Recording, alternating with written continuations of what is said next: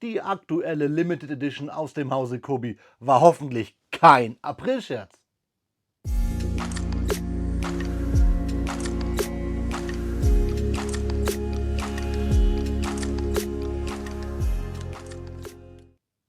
Willkommen in der Norpenklötzchenscheune. Mein Name ist Blockstar und ja, Freunde, wir schauen uns die aktuelle Limited Edition aus dem Hause Kobi an. Das Set 2671, den Panzer 3 in der Ausführung J. 1127 Steinchen und 5 Minifiguren. Ein Panzer 3 im Schneetarn mit einer R88 Schiene bzw. 2 Schienenteile. 5 Minifiguren und das für einen Vorverkaufspreis von 89,99 €, aktuell 99,99 €. Und das Set soll eine ganze Menge bieten. Wir checken jetzt wirklich hier auf meinen Bautisch, ob das alles nicht wirklich ein Aprilscherz ist.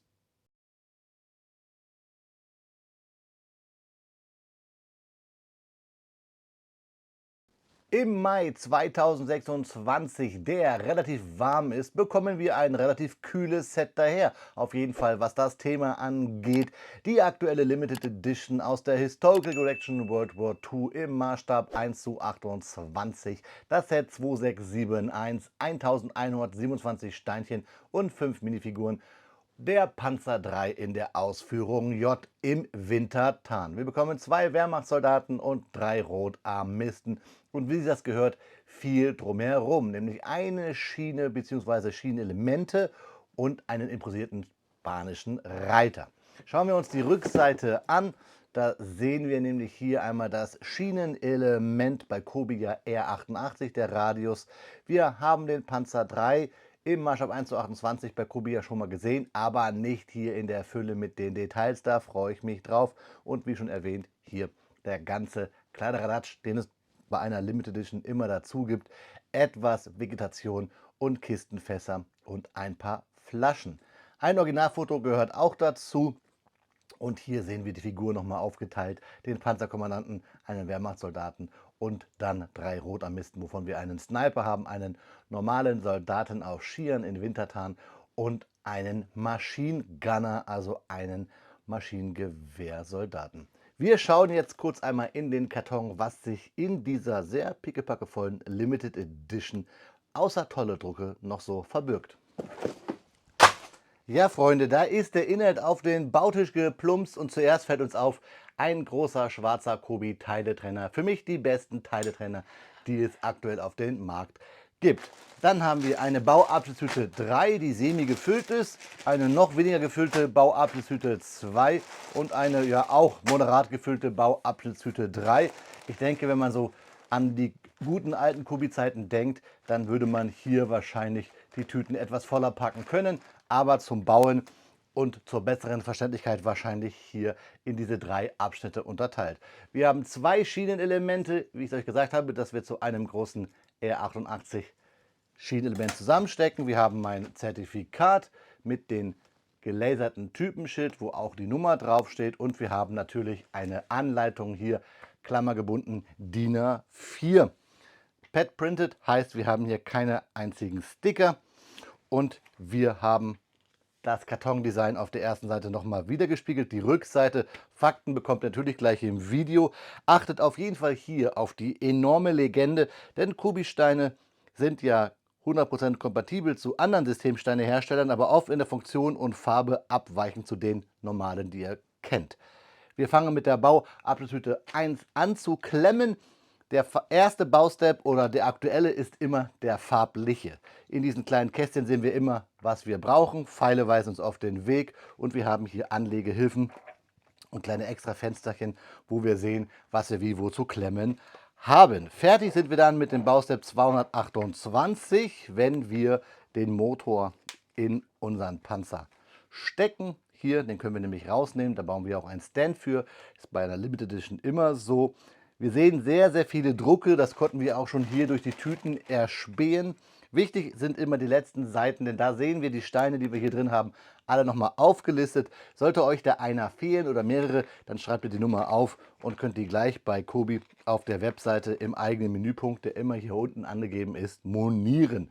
Und ganz gut, weil man müsste sonst immer auf den Karton luschern. Man kann hier eine kleine Anleitung noch finden, innerhalb der Anleitung nämlich 5-mal, wie wir die Minifiguren zusammenbauen zu haben.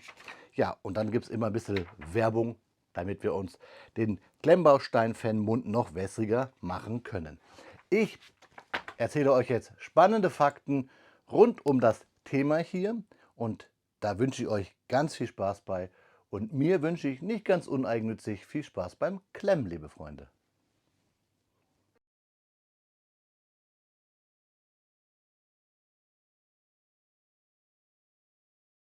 Speedbildzeit ist Faktenzeit.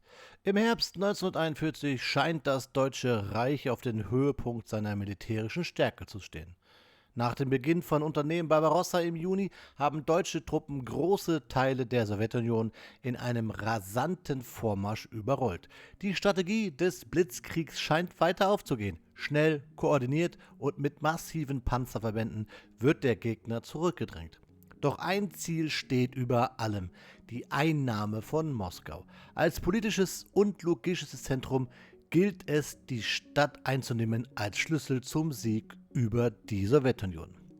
Am 2. Oktober 1941 beginnt schließlich die Operation Taifun. Der Plan ist klar strukturiert. Durch schnelle Vorstöße sollen sowjetische Truppen eingekesselt und vernichtet werden, während Panzerverbände, darunter zahlreiche Panzerkampfwagen 3, und deswegen erzähle ich euch ja die Geschichte, tief in Richtung Moskau vorstoßen. Ziel ist es, die Hauptstadt noch vor dem Wintereinbruch einzunehmen und den Krieg im Osten entscheidend zu beenden. Zu Beginn scheint alles nach Plan zu laufen. Die Wehrmacht erzielt große Erfolge und kann bei Wjasma und Bryansk gewaltige Kesselschlachten schlagen. Hunderttausende sowjetische Soldaten geraten in Gefangenschaft und der Weg nach Moskau scheint plötzlich offen. Deutsche Truppen nähern sich der Hauptstadt bis auf wenige Dutzend Kilometer. Teilweise sind es nur noch 20 bis 30 Kilometer bis zum Zentrum. Ein Punkt, an dem der schnelle Sieg greifbar scheint. Man steht ja schon in den Vororten. Doch genau in diesem Moment beginnt sich das Blatt zu wenden. Mit jedem Kilometer, den die Truppen weiter vorrücken, verlängern sich die Nachschublinien. Treibstoff, Munition und Ersatzteile werden knapp. Gleichzeitig zeigt sich ein Gegner, der oft unterschätzt wird: das Wetter. Die sogenannte Rasputia setzt ein. Eine Schlammperiode, in der Straßen und Wege praktisch unpassierbar werden. Fahrzeuge bleiben stecken. Pferdegespanne kommen nicht weiter und Pferdegespanne sind mit die größten Nachschublieferanten. Panzer verlieren ihre Beweglichkeit und der Vormarsch kommt somit ins Stocken. Der Blitzkrieg, der auf Geschwindigkeit basiert, verliert damit seinen entscheidenden Vorteil. Ganz im Gegenteil, er wird zu einem Krieg. Kurz darauf folgt der nächste, noch größere Einschnitt: der russische Winter. Temperaturen von bis zu minus 30 Grad treffen auf eine Wehrmacht, die darauf kaum vorbereitet ist. Motoren fallen aus, Waffen funktionieren nicht mehr zuverlässig und viele Soldaten leiden unter extremer Kälte und mangelnder Winterausrüstung. Währenddessen organisiert die sowjetische Führung unter Georgi Schukow die Verteidigung Moskaus neu. Frische und gut ausgerüstete Truppen aus Sibirien werden an die Front verlegt. Soldaten, die an genau diese Bedingungen perfekt angepasst sind. Im Dezember 1941 kommt es schließlich zur entscheidenden Wende. Die Rote Armee startet eine groß angelegte Gegenoffensive. Die erschöpften deutschen Einheiten werden unter Druck gesetzt und zunehmend zurückgedrängt. Der Plan, Moskau einzunehmen, scheitert endgültig. Erstmals im Zweiten Weltkrieg misslingt eine große deutsche Offensive vollständig und die Wehrmacht muss sich in die Defensive zurückziehen. Das Scheitern der Operation Taifun hat weitreichende Folgen. Der Mythos der unbesiegbaren Wehrmacht ist gebrochen und aus dem geplanten schnellen Sieg wird ein langwieriger, blutiger Abnutzungskrieg. Die Sowjetunion gewinnt wertvolle Zeit, ihre Kräfte neu zu organisieren und den Widerstand zu stärken. Die Ereignisse von Moskau maskieren damit einen entscheidenden Wendepunkt im Krieg und legen den Grundstein für spätere Entwicklungen bis hin zur vernichtenden Schlacht um Stalingrad, die den Verlauf des Krieges endgültig drehen sollte. Am Ende zeigt die Operation Taifun deutlich, dass militärische Planung alleine nicht ausreicht, wenn Faktoren wie Logistik, Wetter und die Widerstandskraft eines Gegners unterschätzt werden. Aus einem geplanten Blitzsieg wurde ein Stillstand und schließlich der Beginn eines Krieges, der nicht in wenigen Monaten entscheidend werden sollte. Wichtiger Faktor hierzu auch, natürlich ist das Nichtangriffsabkommen mit Japan gegen die Sowjetunion auch ein wichtiger Faktor, denn durch diese Absicherung im Osten war es der Sowjetunion möglich, Truppen von den Ostgrenzen in die Westfront zu verlagern und somit mehr Material für die entscheidenden Phasen, die da kamen, zu haben. Ja, Freunde, das waren ein paar Fakten rund um die Operation Taifun, auf die sich dieses Kubi-Set ja bezieht. Wir wollen es uns jetzt anschauen, deswegen viel Spaß beim eigentlichen Klemmbaustein-Review.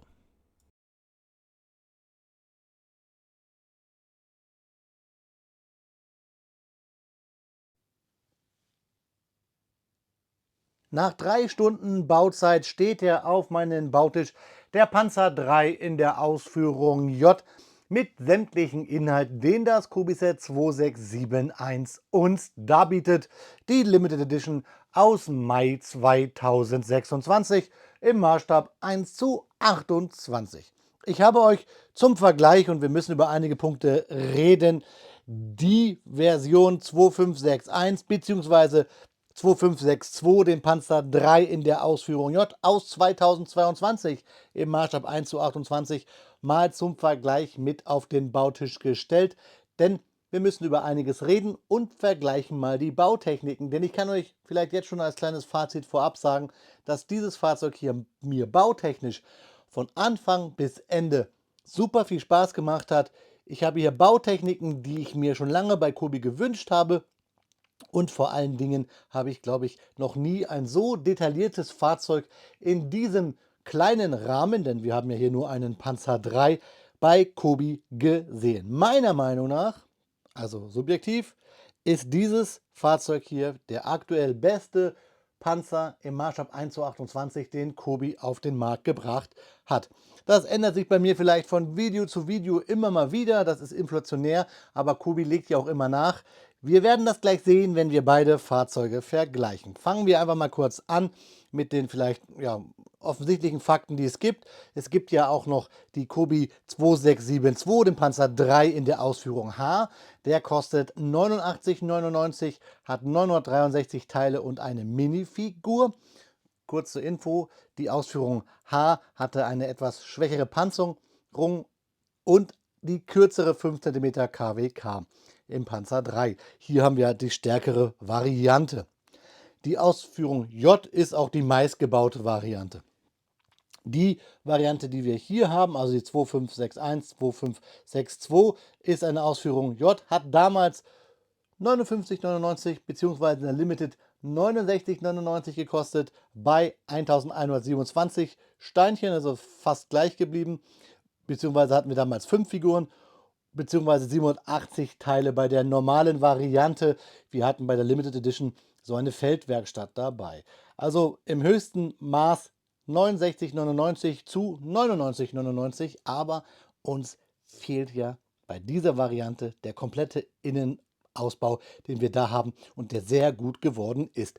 Das zur kleinen Abholung, was die Varianten angeht, im Maßstab 1:28, im richtigen von Kubi ausgewiesenen. Schauen wir uns kurz mal mein Zertifikat an. Da sehen wir es, die 841. Da war ich wohl nicht der schnellste, ist mir mittlerweile aber egal, denn ich zeige euch das ja hier in den Videos. Ist für mich als Sammler nur wichtig, das Fahrzeug zu haben. Die Nummer ist mir egal. Unterschrieben hier rechts unten vom CEO, Herrn Robles, dem Chef von Kubi. Zertifikat geht an die Seite, wird bei mir abgeheftet. Wir müssen kurz über die Anleitung sprechen, denn wir haben hier wieder tolle Oldschool Kubi-Vibes, denn wir bauen auf einer Platte auf. keine Slot on top, nicht querliegend und dann mit Brackets nach oben. Nein, wir bauen auf einer Blaze Plate auf und haben daran richtig Spaß. Also es gibt hier nichts auszusetzen. Ihr seht es, wir fangen im Baustep 1 gleich an mit der Plate und bauen dann hoch. Wirklich nichts Schwieriges. Ich denke mal, hier diese 10 plus bzw. 11 plus Kubi wechselt er ja immer irgendwie von Set zu Angaben auf der Website, sind hier wirklich in Ordnung aufgrund der Kleinteiligkeit. Ich will in der Anleitung wirklich gar nicht euch viel zeigen. Wir zeigen das eher gleich im Vergleich zwischen der alten Variante und der aktuellen. Deswegen packe ich die Anleitung an die Seite. Ich kann euch wirklich nur sagen, es hat super Spaß gemacht zu bauen. Wenn wir über das Bauen reden, natürlich, was haben wir für Steinchen über? Das Übliche, wir haben hier Bügelperlen, wir haben Kettenglieder, wir haben Bars, wir haben C-Clamps und den Bügelperlenapplikator über und auch hier sogar noch ein PPSH-Maschinengewehr, Maschinengewehrmagazin, so wollte ich sagen, der berühmten, wie gesagt, PPSH auf der sowjetischen Seite. Die fallen nämlich gerne mal leicht raus. Eins da in Reserve zu haben, finde ich ganz cool. Geht auch an die Seite in mein typisches Reservefach. Ja, wo fangen wir an? Wir haben den Teiletrenner, den besten Teiltrenner der Welt. Wir können Noppen abzählen, haben große Hebelwirkung und können hier mit die Bügelperlen rausdrücken oder Bars aus Löchern. Kann man bei Kubi immer gut gebrauchen. Geht an die Seite, einer mehr. Als Sammler kommen da viele zusammen. Wir haben gebaut, hier so einen spanischen Reiter. Der hat Spaß gemacht zu bauen. Ist ein bisschen tricky, wenn man hier genau dieses, ihr wisst es ja, keine Limited Edition von Kubi ohne Stacheldraht, weil man dieses Element halt hier genau positionieren muss. Bei mir klappt das so semi. So schaut es dann aus und wir legen es hier über das Gleiselement, was wir hier so bei Kubi bekommen haben. Steht ja auch so im Artwork auf dem Karton. Ganz cool, wie gesagt, die beiden Gleiselemente. Wir bekommen auch weiße Buschformteile von Kubi. Wir können also hiermit wirklich ein kleines Diorama aus der Operation Taifun nachstellen, wenn wir das wollen. Dazu dann auch nochmal hier gebaute kleine Ziegelsteinchen, die irgendwo rausgebrochen sind. Kann man gut wohin stellen. Passt auch. Ich mag ja so ein bisschen, ich nenne sie immer Accessoires, die wir dazu bekommen. Bautechnisch nichts Wildes. Ganz toll finde ich aber diese neuen 1x1er-Teils, die so an zwei Seiten abgerundet sind. Und dann ja eigentlich sind es ja abgerundet nach unten an zwei Seiten. Dann geht es konisch nach oben. Das gefällt mir richtig gut. Damit kriegt man tolle Formen hin. Ihr wisst ja, wie ich es immer sage, kompatibel zu anderen Systemsteineherstellern, aber in der Form und Funktion dann immer etwas anders. Dann haben wir das übliche so Beiwerkkisten, mal groß, mal klein. Wir können sogar die kleine Kiste, die große Kiste packen, das spart Platz. Wir haben ein Fass, bei Kubi ja schon Standard, wir kennen das. Ich bin eigentlich immer sogar auch nicht so ganz sicher, ob Kubi die wirklich selber produziert oder einkauft, aber die Farben passen ja. Also sagen wir mal, ja, Kubi macht die selber. Wir haben zwei Flaschen, denn auch unsere sowjetischen Figürchen oder die deutschen Figürchen müssen ja was trinken und dürfen nie fehlen. Und Highlight natürlich hier vielleicht dieses verschneite Schild, 1500 Kilometer nach Berlin und 180 Kilometer nach Moskau. Das ja hier wirklich an die Operation Taifun vermuten lässt. Schön hier mit dem Schnee und hier oben auch sogar Schnee auf das Schild, was schön bedruckt ist. Spaß gemacht zu bauen. Ja, drucken ist das Stichwort. Typenschild hier gelasert mit meiner 841 Panzerkampfwagen 3 Ausführung J, so wie sich das gehört, auf Hinge-Element. Und dann, na, ich sehe gerade, wir sind hier so ein bisschen aus dem Bild geraten, das wollen wir natürlich nicht. So, und dann natürlich Highlight, unser Motorträger des Maybachs HL 120 TRM, den wir hier per Jumper, gewohnte Bautechnik von Kubi mit Bracket, 3x4er Plate und dann diesen versetzten Jumper Teils bauen können. Und dann ja auch die Maybach Motoren haben wir bei Kubi jetzt schon oft gebaut. Schöne Drucke hier oben. Das gefällt mir. Wir legen ihn an die Seite, denn wir wollen ihn ja gleich noch im Fahrzeug verbauen. Das geht relativ einfach. Gucken wir uns die Figuren an. Wir haben unseren deutschen Tanker hier mit Schneetarnweste, so nenne ich sie mal, mit Pistolenholster. Wir sehen, er hat einen schwarzen Rollkragenpullover darunter.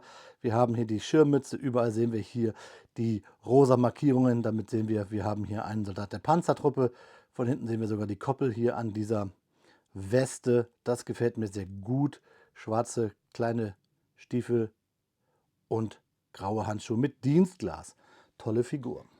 Dann wir machen weiter einfach mit deutschen Truppen. Wir haben hier einen Lanza, 3-Tage-Bart, weißer Helm oder Helm grau, M43, übergetüncht weiß. Wir haben die Beutewaffe, die PPSH mit diesem Trommelmagazin, was ich gesagt habe. Wir haben hier dieses Rockelement, das den Mantel uns so erahnen lässt, mit Stielhandgranate, mit Luger, mit Koppel, mit Brotbeutel, Kragen und hinten hier diesen Y-Riemen schön draufgedruckt und im Gesicht ein Schlauchschal, passend zu der Witterung bei der Operation Taifun. Witterung ist das Stichwort. Wir haben hier unseren sibirischen Schützen auf Skiern schnell ins Gefecht mit diesen, ja, eigentlich sind es bei Action Town, glaube ich, Pferdepeitschen gewesen.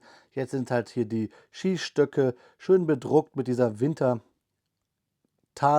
hier geschnürt. Wir sehen die Falten überall, auch da Brotbeutel, diese berühmte Pelzmütze, von hinten auch die Koppel bedruckt, die Falten in der, ja, Anzug mit so einer Wintertarnung, das Gewehr hinten reingesteckt und halt die Ski-Elemente. Eine tolle Figur, die ich noch umbauen werde. Folgt einfach mir auf meinen diversen Kanälen, dann werdet ihr sehen, was ich daraus machen werde.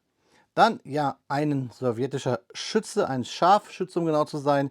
Hier mit den Helm, mit diesen, ja, auch Flecktarn. Da haben wir die Mosin Nagant mit den, ja, Visier hier oben. Also wirklich ein Scharfschütze. Wir haben hier unten Patronentaschen drauf gedruckt. Hinten auch komplett bedruckt. Die Kapuze in diesen Rot, Senfgelb, Beige. Also eine toll bedruckte Figur, die mir nun nicht mehr fehlt oder ich nicht missen möchte in meiner Sammlung der sowjetischen Figuren. Und dann geht es weiter. Hier unseren MG-Schützen mit rosa Kragenspiegeln, roten Stern auf den Helm, dem Maschinengewehr, auch Mantel mit Umhänge, Tasche angedeutet, mit Koppel, schwarzen Stiefeln und hinten auch halt hier bedruckt. Also alle Figuren wirklich sehr kleinteilig bedruckt. Und das war bis jetzt nur, da wackelt sogar vor Entzücken die Kamera. Das war jetzt eigentlich nur das Beiwerk, denn wir gucken uns jetzt ja hier dieses tolle Fahrzeug an, was sehr gut eigentlich rollt. Mein Bautisch ist einfach nur zu glatt, fast so glatt vielleicht wie zugefrorene Flüsse damals. Wir schauen uns erst einmal an. Wir sehen überall die Wintertarnung durchgezogen an den Ketten, an der Fahrwerksaufhängung, an den Rädern, an der Bedruckung überall, gebaute Tarnung, wirklich sehr viele Drucke, die Gitter, die Klappen, die Balkenkreuze, die Luken, hier überall. Einzige Schwachstelle, die ich so ein bisschen habe, ist diese Kettenglieder, die man so ein bisschen locker reinpackt hier. Aber das ist wirklich, glaube ich, mit das Schwächste am Set, sonst gibt es wirklich nicht viel zu meckern. Und hier auch Drucke, Drucke, Drucke. Und ja, dieses Panzer 3 Fahrwerk hier mit dieser Luke. Sehr lockere Kettenführung, aber rollt sehr gut und von hinten auch schön gebaut hier mit der Abgasanlage. Das gefällt mir richtig gut. Ist auch ein Unterschied zur anderen Version im Maßstab 1:28. Jetzt nehmen wir mal kurz den Turm ab, denn wir haben ja Innenleben gebaut. Hier haben wir das Innenleben des Turms gebaut. Hier für Richtschütze und Co. Gefällt mir gut. Da ist der Sitz drauf. Schön kleinteilig gebaut. Es wirkt immer so ein bisschen hier, wenn man ihn so drauf packt, sehr locker. Aber das ist halt so. Schön gebaute Kleinteiligkeit des Turms. Ich hatte ein bisschen Problem hier dieses Rohrelement in dieses Formteil zu stecken, habe es aber gelöst, indem ich einfach so eine Bügelperle drauf gesteckt habe. Vielleicht hatte ich zu wenig Kraft, sieht man auch im Speedbild. Sonst sehr kleinteilig und auch, wie gesagt, sehr viele Drucke. Aber mir gefällt das, so geht das ein bisschen mehr in Richtung Authentizität. Schwieriges Wort. Schwierig war vom Bau her nichts, aber richtig geil ist es zu sehen, was sich hier im Panzer im Inneren verbirgt. Wir haben nämlich, und das ist eigentlich so schade, dass man es nicht so richtig sieht, ein gebautes MG, was aber nicht ein Formteil ist. Irgendwie schon, es ist ein MG-Formteil, aber wir haben hier wirklich ein MG, da sieht man es vielleicht hier drinne stecken. Also wir haben jetzt hier nicht nur hier vorne das Rohr als Rohrelement, sondern nein, wir haben durch einen Modified 1x1 Brick das Rohr des MG-Formteils von Kobi, was wir kennen, gesteckt. Ich versuche es mal hier aufzumachen, dass man es ein bisschen sehen kann. Da seht ihr es, da steckt wirklich ein richtiges MG drin. Das finde ich cool. Das ist so eine Bautechnik, auf die ich mich immer mal gewünscht hätte, wenn Kobi sie macht. Und sie haben es endlich gemacht. Also ein richtiges MG, was wir hier durchstecken haben und kein irgendwie geahndetes Formteil mit Rohrelement. Wir haben hier sogar Patronenhülsen, Auffangbehälter da. Wir haben hier die Sitze für den Richtschützen bzw. den Fahrer. Wir haben hier die Welle, die durchgeht. Wir haben hier mehrere Behältnisse, die wir gebaut haben. Kiste und da auch wieder Munitionsbehältnisse. Und dann hier die Bewaffnung. Da kann man es vielleicht sehen. Ich versuche es nochmal euch zu zeigen. Also wirklich sehr detailliert gebaut. Rostbrauner Boden am unten oder Matsch. Das gefällt mir richtig gut. Wir haben die Antenne, die wir hier runterklappen können, die auch so eine Führung hat hier unten. Und wir haben Kladderadatsch hier hinten drauf, Helm, Sandsäcke und dann natürlich die Abdeckung für den Motor. Wir ziehen das hier so raus. Es geht so in zwei Zapfen, links wie rechts. Ich packe es mal an die Seite, denn so gehört das hier. Das ist die Abdeckung mit diesem Hinge-Element. Und auch hier haben wir Drucke. Wir haben hier ja, das Flüssigkeitsmanagement, nenne ich es mal, die Batterie. Wir haben hier sogar die Lüftungen, die wir eigentlich ja hätten gar nicht brauchen bauen bei Kubi, weil man sieht die eigentlich kaum. Und dann hier so die zwei Stäbe, die wir hochbiegen können. Und dann bauen wir den Motor einmal ein. Das gefällt mir. Das geht sehr gut. Zack. Ja, jetzt habe ich gesagt, es gefällt mir, es geht sehr gut. Und dann bricht mir der Motor auseinander. Da habe ich wahrscheinlich hier oben drauf diese Stäbe nicht richtig gesetzt. Zack. Zack. Und jetzt versuchen wir es nochmal richtig zu bauen. So reinhebeln. Zack, schon ist er drinne. Dann gehen die beiden Stäbe runter, hier fertig. Und schon ist der Motor eingebaut. Schön voll Motor eingebaut, wie er gehört. Ein kleinteiliges Wunderwerk. Ich muss echt sagen, danke da an die Kubi-Ingenieure. Natürlich wissen wir mittlerweile, die Konkurrenz aus Fernost schläft nicht. Die macht das teilweise mit mehr Formteilen und 3D-Drucken auch sehr, sehr gut. Aber für mich als Kubi-Fan ist das hier schon eine große Reise. Vor allen Dingen, wenn man jetzt gleich mal vergleicht, wo wir beim Panzer 3 da herkommen. Und deswegen hole ich jetzt die Version von 2022 mal dazu. So, und dann sehen wir, dass wir optisch viel gleich haben, auch bautechnisch viel gleich haben. Also gerade hier vorne ist eigentlich fast alles gleich, außer wenn man sieht, hier haben wir abgerundete Haken. Wir haben hier auch viele Drucke. Natürlich hier dann ein MG-Formteil mit so einer, ja eigentlich ist es ein Gangschaltungsteil. Turm ist von der Form fast gleich. So, jetzt mal kurz gucken, wo hapert es hier? Na. So, jetzt da richtig drin, zack. Von der Form fast gleich aufgebaut, außer dass wir natürlich hier ein Tucken diese neuen abgerundeten Teile haben. Hier sieht man es, diese abgerundeten 1x1er. Ich schiebe mal den ganzen Kram zur Seite. Ihr wart die Stars, jetzt reden wir über die Fahrzeuge, die hier die Stars sind. Wir haben beim Fahrwerk sonst eigentlich nicht viele Veränderungen. Wir haben hier auch die Türe, die Klappe. Wir haben auch hier diese Baurichtungsumkehr mit dünner Fliese mit Drucken. Aber wir haben hier keinen Innenraum. Den Turm, wenn ich den abnehme, habe ich keinen Innenraum. Ihr seht es, zack, tada, das fällt schon mal auf. Wir haben halt hier kleine Teile eingebaut, die wir sonst nicht hatten. Hier oben sehen wir, hier haben wir mit so einem Hinge-Element gearbeitet, da haben wir mit C-Klemms gearbeitet. Das gefällt mir ganz gut. Wir haben am Heck hier keinen Stab drin. Die Abgasanlage ist anders gebaut, nämlich hier mit Rohrelementen. Hier haben wir so C-Klemms. Das gefällt mir auch ganz gut. Und jetzt schauen wir mal hier rein in die Klappe von diesem Fahrzeug. Jetzt bräuchte man natürlich Fingernägel. So, zack. Und da sehen wir auch, der Motor sieht einen Tucken anders aus, weil wir hier einen gebauten Motor haben, während wir hier einen zum Rausnehmen haben. Und wir sehen auch, dass wir hier so ein bisschen mehr Luft haben, als wir es bei diesem Fahrzeug haben. Das mal so als kleiner Vergleich. Und auch andere Technik hier, was die Klappe angeht. Nicht per se, die ist schon gleich. Also, dass wir mit einer Zapfentechnik arbeiten. Aber von diesen Also mit Hinge-Elementen meine ich, aber wir haben hier das Zapfelement, so wollte ich es richtig sagen. Also, auch von hinten sieht der Turm dann wiederum fast gleich aus. Wiederum nur die Kleinigkeiten hier an diesen abgerundeten Fliesen. Und wir haben hier diese große Antenne. Hier haben wir dieses kleine Antennenteil. Das wollte ich euch noch mal kurz zeigen. Und wie gesagt, wir haben hier keinen Innenraum. Hier haben wir Innenraum.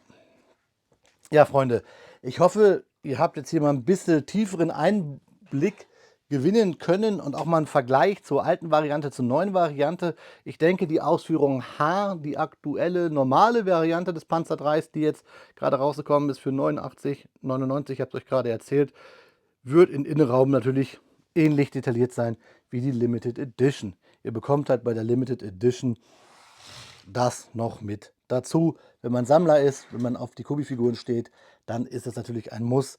Wir haben diesen tollen Wintertarn, der mir sehr gut gefällt. Jetzt bleibt es euch überlassen, was ihr dort für Schlüsse rauszieht. Ihr bekommt natürlich jetzt Detailbilder und dann hören wir uns zum Abschluss noch einmal und schauen uns in die Augen dabei, liebe Freunde. Sprechen wir kurz über den Sponsor des heutigen Videos und halt nicht abschalten, denn eigentlich meine ich dich. Vielen lieben Dank, liebe Kanalmitglieder, für eure monetäre Unterstützung und vor allen Dingen das Kicken des Algorithmus.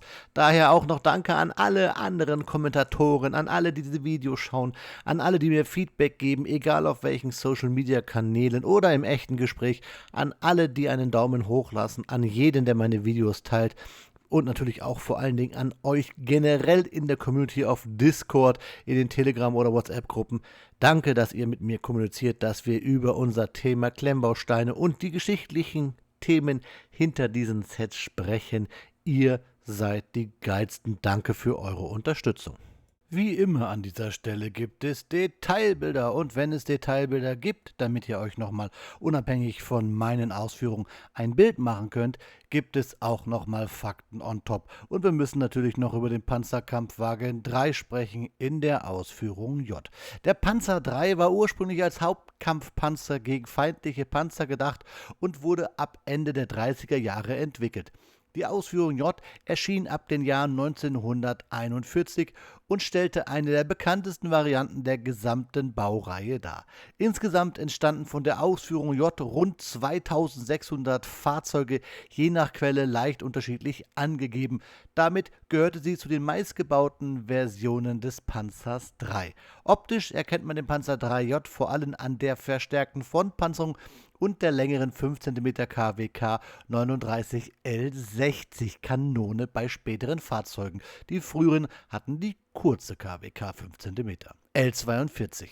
Gerade mit der längeren Version konnte der Panzer deutlich besser gegen sowjetische T-34 oder britische Panzer bestehen, auch wenn er gegen Kriegsende und auch schon beim T-34 technisch an seine Grenzen kam.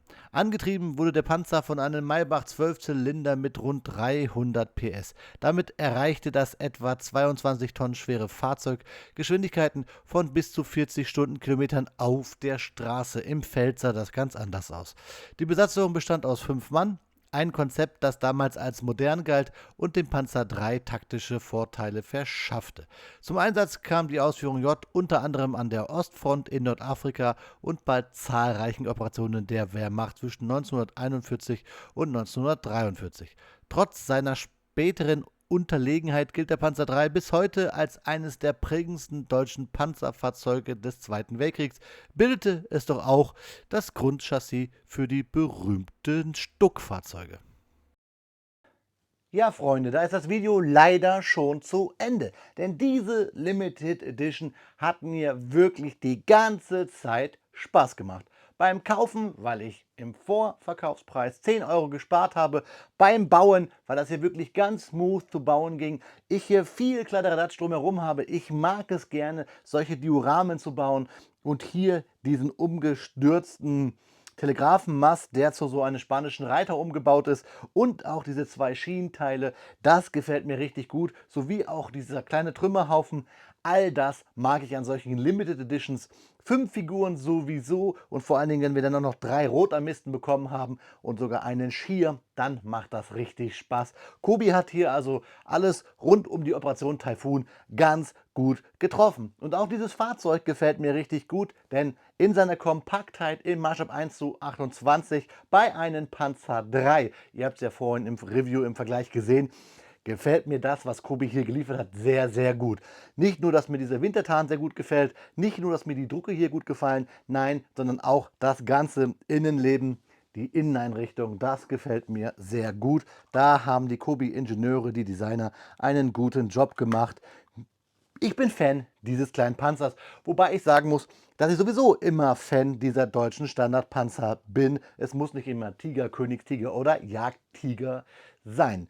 Gerade in diesem kompakten Verhältnis 1:28 und dann dieses kleine Fahrzeug, da hat Kobi einen guten Job gemacht. Denn ich glaube, bei den größeren Fahrzeugen, beim Tiger und Co., ist das immer etwas einfacher bei einer Maus als hier bei so einem Panzer III.